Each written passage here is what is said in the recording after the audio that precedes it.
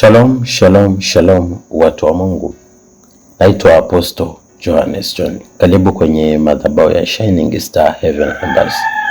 Mtu wa Mungu, unapoota ndoto hizi 8, jua aibu kwenye mahusiano yako ipo inakuja.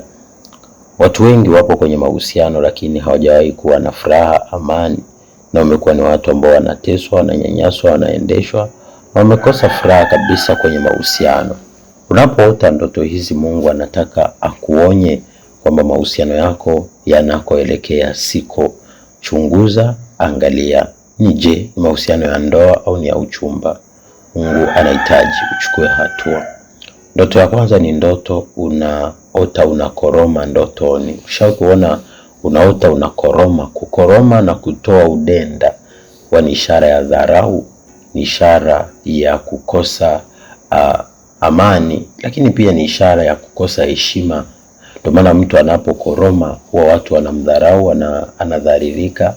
Kwa hiyo ni ishara kwamba ndani ya mahusiano mwenzako hakuoni kama mtu bora wa thamani. Ile heshima, ile thamani imepotea kwako. Ndoto ya pili ni ndoto unashangaa unaota umevaa chupi kichwani. Ulishawahi kuona umevaa nguo ya ndani kichwani? Kuvaa nguo ya ndani kichwani ni ishara ya aibu, kwamba watu watakuona ni kituko. Kwa hiyo ni ishara ya kuchanganyikiwa, ishara ya kukosa focus, ishara ya kukosa nguvu ya maamuzi, ishara ya kuaibika, ishara ya kujitenga na Mungu, ni ishara ya dhambi, ishara ya kuchafuliwa. Ndoto ya tatu ni ndoto unaota umevaa viatu vya kike na wakati wewe ni mwanaume.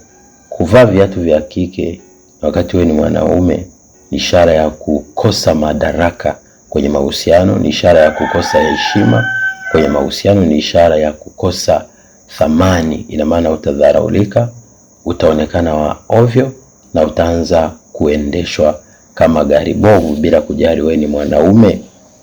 Lakini ndoto ya 4 ni ndoto unaota umegeuka mwanaume na wakati wewe ni mwanamke, au umegeuka mwanamke na wakati wewe ni mwanaume. Mwanaume kugeuka mwanamke ni ishara ya dharau, kushuka, aibu, lakini pia kukosa nguvu ya maamuzi, lakini pia kushindwa kuendesha na kutawala familia. Lakini mwanamke kugeuka mwanaume ni ishara ya mwanamke ambaye anabeba majukumu ya kiume na kuanza kuendesha mume wake, lakini pia kuwa na masharti na kuwa tayari kutokuwa na mvuto wa kike kwenye maisha. Ina maana ni mwongeaji, mbea, ni mtu ambaye siku zote hajatengeneza ile heshima na tabia ya kike nzuri ya utulivu na unyenyekevu, bali ni mtu ambaye anataka kutawala na kutosaidia au kutokubali maelewano kwenye mahusiano. Lakini pia ukiota una viungo vya uzazi vimepotea, jamani, ni ishara ya kupoteza nguvu za kike kiume, kupoteza heshima, kupoteza utu wako, lakini pia kupoteza nguvu ya Mungu na baraka za Mungu kwenye maisha yako. Lakini ndoto ya 6 ni unafanya tendo na mtu usiyemjua. Kufanya tendo na mtu usiyemjua jamani, ni ishara ya kupoteza hatima, nyota, mwelekeo, mafanikio, lakini kupachikwa vifungo vya giza ambavyo vitaharibu ndoa, familia, uchumba, maisha, uchumi, biashara. Kwa maana pale jini mahaba anakuwa yuko kazini. Lakini 7, umevikwa pete na usiyemjua. Pete huwa ni ishara ya mkataba.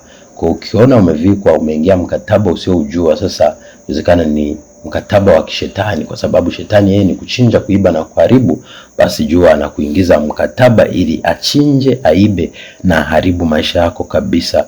8, una kisi na usiyemjua. Kisi ni ishara ya dhambi, ni ishara ya aibu, ni ishara ya roho ya zinaa, ni ishara ya kukosa heshima na ni ishara ya dhambi mbele ya Mungu. Kwa hiyo unapokuwa umefanya hivyo na mtu usiyemjua, si mume wako, si mke wako, hiyo ni ishara ya wazi kwamba shetani anakuingiza kwenye mikataba ya kizinzi ambayo itakupelekea kupoteza hatima yako, kupoteza maisha yako, kupoteza mwanga wa maisha yako, lakini pia kuharibiwa kila kitu. 7, umepoteza gauni au suti ya harusi kabla ya ndoa. Unashangaa ulikuwa na mwenzi wako ambaye mlitaka kufunga ndoa, au si mwenzi wako, na shangaa umepoteza gauni, umepoteza gauni au suti ya harusi. Kama ulitaka kufanya ndoa au harusi na mtu ambaye ni mchumba wako au ni mume wako, ni mke wako, hiyo ni ishara ya kupoteza utukufu, heshima, lakini pia kupoteza mahusiano au mahusiano kuanza kuvurugika. Lakini kama umepoteza gauni au suti na ulitaka kufunga ndoa na mtu usiyemjua, kwa hiyo ndoa ikaahirisha, ishara ya ukombozi, kwamba Mungu amekuokoa na kile kitu ambacho kingeenda kuharibu maisha yako. Lakini 8 ni harusi umekosa watu.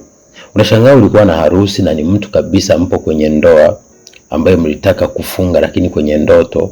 Kwa hiyo inaweza ionyeshe watu wanapokosa, ina maana ni kukosa utambulisho, kwa sababu maandiko yanasema wawapo watu 2 watatu mimi nipo katikati yenu.